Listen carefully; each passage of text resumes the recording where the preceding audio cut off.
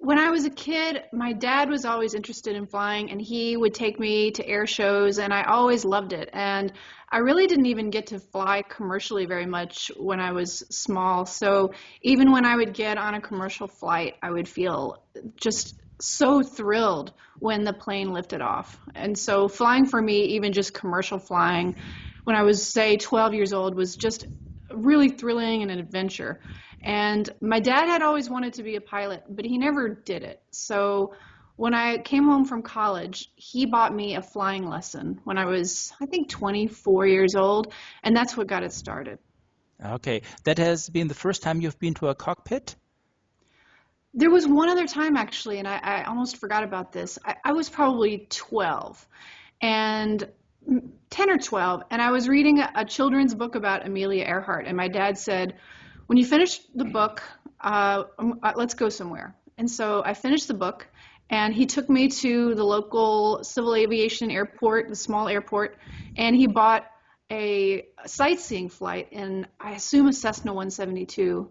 And so that was the absolute biggest thrill I had had in my life at that point. And so I never forgot it. So we went back to that same airport, when I was 24, when he bought me that first lesson. So it was almost like that experience of being 12 years old all over again. Yeah.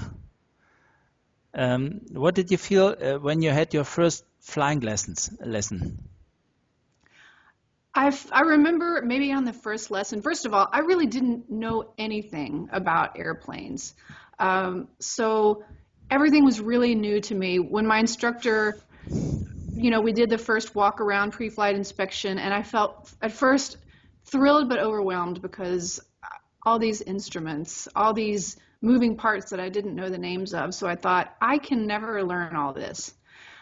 But then we got in the plane, and as most good instructors do, he let me fly for most of the first lesson, and I couldn't believe that I was getting to take off an airplane. And I remember looking out the window and seeing, a Cessna tire coming off the ground, and the ground getting further and further away underneath it. And for some reason, that was the thing that my mind fixated on, seeing this wheel in the air, and so I'm sure my eyes must have been really, really big, and I was very excited when I got back on the ground.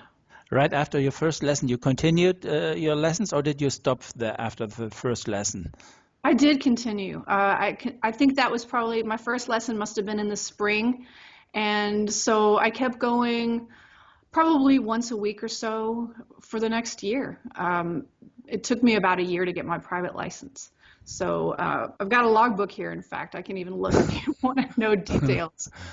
How many flights did you take until you had your first solo flight? Well, let's see.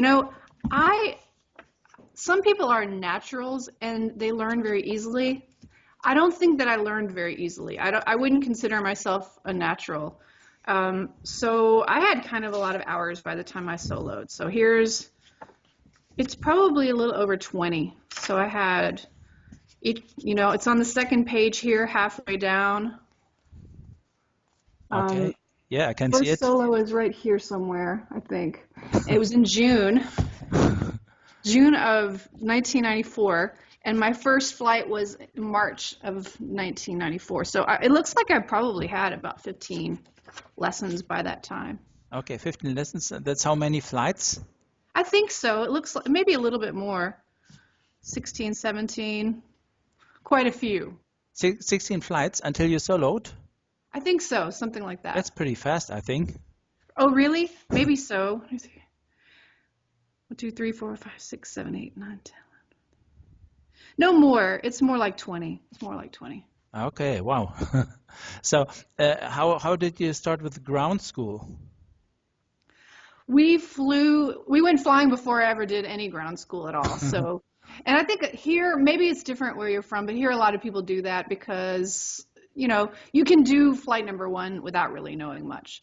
And that's kind of the way, honestly, when I became an instructor several years later, that's the way I did it too. I felt like the first flight would get people excited, and then that excitement would fuel their interest in studying. Because When I was a student and then when I was an instructor, there wasn't a formal course of study usually. People would study as they needed to, and I would give assignments and things like that. I also did teach a ground school at a local college for a while, so I think that would have been great for me, but instead I did reading on my own kind of as I went, as my instructor told me to. Okay. When you were an instructor, worked as an instructor, has there been any students you recall that they were very fast or very slow? All different kinds of students. Some were like those people I mentioned before. Some seemed to be natural pilots who had an instant feel for an airplane in a way that almost seemed like instinct. And then some people had a really, really hard time. And after becoming an instructor, I sort of started to appreciate the fact that it didn't come easily to me because it helped me understand the people who had a hard time. I felt like I had been one of those people and that I could be a better instructor for them because I remembered how hard it was. For the naturals, they're naturals. I'm kind of along for the ride. But I felt like I was a good teacher for the people who were having a hard time. Okay. Well, I once heard an instructor complaining about those young people who have flown hours on the simulator and then switch over to the real thing. And he complained about them being not very sensible about the rudders and being very digital. In the 90s, I didn't see quite as much of that, but I don't remember that. I do remember that when people who had done a lot of reading or done a lot of flying on the simulator, when they were new students, it seemed like they had a little bit of a leg up because they already had this knowledge, whereas the people who showed up not knowing anything, they started from zero. So I didn't see it as a problem. And in fact, instrument students can really benefit from some simulator training, I think. Yeah. So you're instrument rated? Yes, I'm instrument rated, and I taught a lot of instrument students, and I taught multi-engine students, and then for a while I also taught people who were working on their instructor license, their CFI, we call it here. Okay. Do you still instruct, or don't you do it anymore? I haven't instructed in several years. Okay. And do you still fly? I haven't flown very much recently either, but I would like to. It's become a lot more expensive here, and so it's tougher to find opportunities, but I hope to fly more soon. Do you recall what was your best flight in your whole life?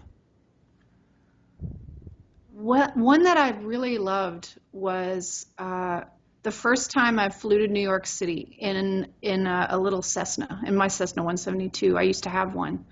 And I went there with my instructor while I was working on my instrument rating because I thought that it would be a great experience to get out of my local area. I learned to fly and I still live in Nashville, Tennessee. It's a very easy place to learn. It's not very busy.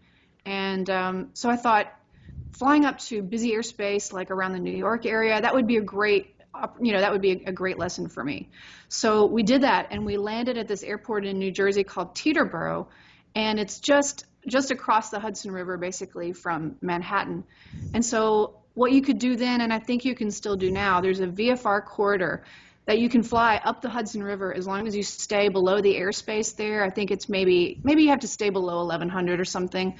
So you can be right next to Manhattan over the Hudson River in a little airplane. And there's a local frequency that you call traffic to the other sightseeing pilots that are flying the Hudson, and that is the greatest view you can imagine. I believe that. I got to make that flight several times. I made it at night one time, and that's just spectacular to make it at night.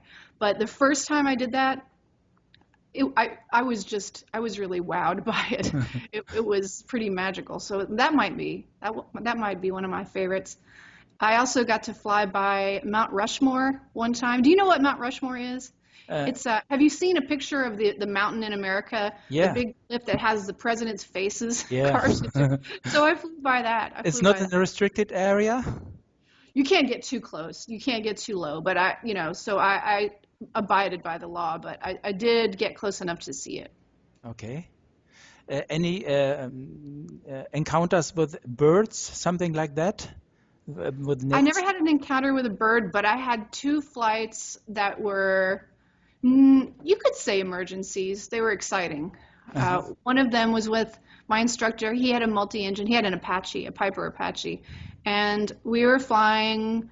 We were doing a multi-engine lesson for me. I didn't have my rating yet. And as we came in for our landing, our last landing of the evening, I noticed that the nose wheel light wasn't illuminated. So, you do mixture, props, 3 green. That's kind of your last check. And I said, Volker, his name is Volker, he's German. And I said, Volker, 2 green. And so we realized problem with the nose wheel. He continued to do this flight as if it were just a simulated emergency flying lesson. And he said, okay, what do we do now? And so we went through our checklist. We did everything that you do when you have a gear emergency.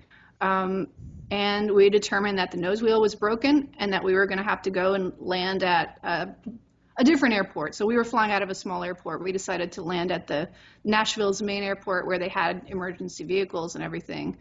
And so I just remember on final approach there, he, on short final, shut the engines down so that he wouldn't destroy them both with prop strikes.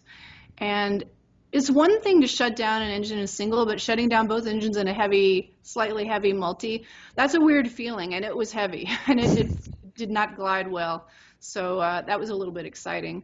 But there was this moment where the engines were stopped, just before we landed, and sun was down. There was just a little bit of red glow on the horizon. All the blue spider web of runway lights were laid out in front of us, and the flashing of the emergency vehicles. So just flashing lights, sunset, and the quiet of no engines just before we touched down. And that was strangely unreal. And then when we touched down, he held the nose off as long as he could, and then it dropped, and sparks flew as the nose cone ground down, and he just drew a nose cone line right down the center line, and we climbed out without a bruise. So he was a pretty good pilot and a really great instructor, and he inspired me. So do you want me to keep going with the second story, the second semi-emergency story? Yeah. So after that, I already looked up to my instructor because he had the job that I wanted to have one day. And after that incident, I thought, this guy is just the greatest. I really, really admired him. And he was also a good friend. So I was absolutely determined to be an instructor after this incident. And so I did become one about 2 years later. And one day I was out with a student, and he was an instrument student. And we were in a single engine. We were in my Cessna 172, and it just started running horribly, horribly rough enough that I thought either we're not going to hold altitude or it may shut down completely soon. So we were about 15 miles from our home airport, but about 7 miles from another airport. You suddenly are doing this calculation like, oh my gosh, if I can make it home to my home airport, I'm going to pay so much less money in maintenance bills. But then you think, no, this is about survival, not maintenance bills. Don't think about that. But you can't help it for a second. So I put that on my head and declared an emergency and went to the nearest airport. And we made it there on partial power with the airplane shaking and shimmying around. And we landed. And I kind of, the same way my instructor did, I tried to make it feel like a simulated emergency for my student so that he wouldn't worry, so that he wouldn't be afraid. Because throughout the emergency with my instructor, I hadn't been afraid because he was so calm and methodical. And so I kind of thought, this is what I need to do. I need to make sure that we get through this and that my student doesn't panic. And so we did get through it. We landed just fine on partial power. And I climbed out of the plane and my legs were shaking a lot, but hopefully he didn't notice. And later I asked him what he remembered of that. Just a couple of years ago, I asked him, what do you remember about that day? And he said, it seemed like you had it under control, so I didn't worry about it. So I thought, okay, that's good. Yeah, those two incidents you mentioned in a blog post in November, if I recall it right. These are things that teach everybody something from the aviation perspective. I think so. I mean, for me, it taught me a couple of things. One of those things is when you know, we know intellectually why we practice these things over and over and over. But when you actually have an emergency and you feel the sensation of your mind being in chaos, you realize that that practice is the thing that you turn to get through the frightening situation. And also that not being, being brave isn't about not being afraid. It's about getting through the moment and getting through the fear. I don't think there's any such thing as not being afraid at all. It's more about, like, to me, the strength is actually about being afraid but doing the job anyway. And that's what I realized. I just assumed that my instructor had not been afraid that night because he didn't show it. But then when I was in a similar situation, hopefully I didn't show fear, but I certainly did feel it. So I think the difference between what you feel inside and what you show on the outside was a big lesson for me. Hmm. There are those big aviators. Who is the aviator you want to know most? Do you want to meet? Well, so this is an unexpected answer maybe, but I actually got to meet a famous aviator who I didn't know about until I met her. And she became a hero of mine after meeting her. So you're familiar with the Soviet women pilots who flew combat missions in World War II? Do you No, know the no, story of them? no. So I studied Russian in college, and so after I became a pilot, there are these big women aviation conferences. There's a group called Women in Aviation. It's kind of a trade group, but it's also lots of fun. The camaraderie of women pilots is pretty strong because there aren't that many of us. So I went to one of these conferences and I met these two Russian women pilots. One of them was an aerobatics pilot, and she did competitions, and the other one was a World War II veteran, and she had been a bombardier. And I thought, what do you mean a World War II veteran bombardier? And so she told me that there had been almost 1,000 women who flew in World War II for the Soviet Air Force against the Nazis. And so I got more and more interested in that and found some books about it. And then I ended up going to Moscow in 2005, meeting a woman named Anna Yegorova, and she had flown an airplane called an Ilyushin 2, which is it's a attack plane. So kind of like a dive bomber, but more like a tank buster attack plane. She flew with a men's regiment. Now, some of the Soviet women flew in, there were 3 women's aviation regiments, which such a fascinating story if you haven't heard about it. And so this woman flew and did very well, flew combat missions in the Black Sea area, and then fought westward with her regiment through, and then won a lot of medals, did very well, eventually won the respect of her colleagues, and was shot down over Poland, became a prisoner of war. So she eventually was liberated and found her way, back home, and then was treated as a traitor by her own countrymen because she had been a prisoner of war. The Soviets did that. If you were a prisoner of war, you were considered that you might be a traitor, and a lot of people were punished. So she lived under suspicion for a long time, but eventually won the Hero of the Soviet Union medal, which is the highest medal you can win as a service person, I think. So I knew nothing about her, but I went to Moscow and I met her. And that was one of my favorite afternoons of my life. I went to her apartment.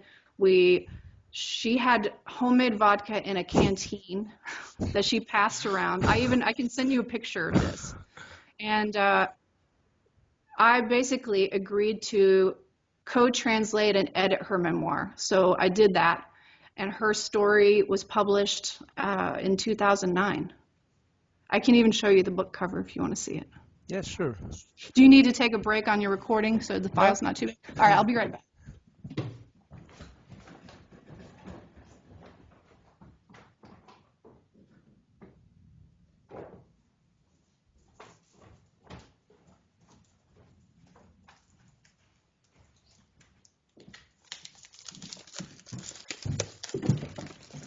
So that was kind of a strange unexpected answer to your question. But here's the book. Yeah. It's kind of shiny. And she died a few years ago, but getting to meet a woman who was a war hero pilot, to me was as thrilling as a thing as I've ever experienced. Did she continue flying after the war? She didn't. There's a picture you can Okay. see there of her with her plane Yeah. during the war. She didn't, and apparently most of that group of women veterans didn't fly after the war.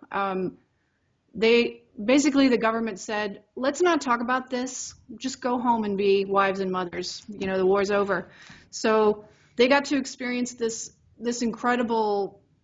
They got to play a huge important role in the war, and sort of be treated as equals. And then that was all over. The war was over, and they not only did the government tell them go home, they said, really, we'd prefer if you don't talk about this. And so for this woman, Anna Yegorova, I think she didn't write her memoir till the 90s, till after basically the wall fell, because I think she was afraid of what would happen. She had endured interrogation by her own secret police after being a POW. I think she was afraid of telling her story. So getting the chance to help her tell it and have it published in the West was really thrilling for me. Mm-hmm. How was the echo of the book? Did it receive many comments? No, not really, not really. I think so far, I mean, when I talk to people about it, they don't believe me sometimes. They think, well, I've never heard of that. That didn't really happen.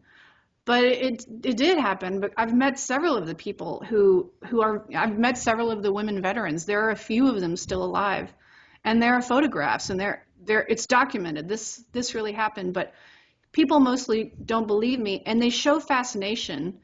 So I think the book could be really interesting to people, but mostly only sort of a few history buffs and aviation enthusiasts.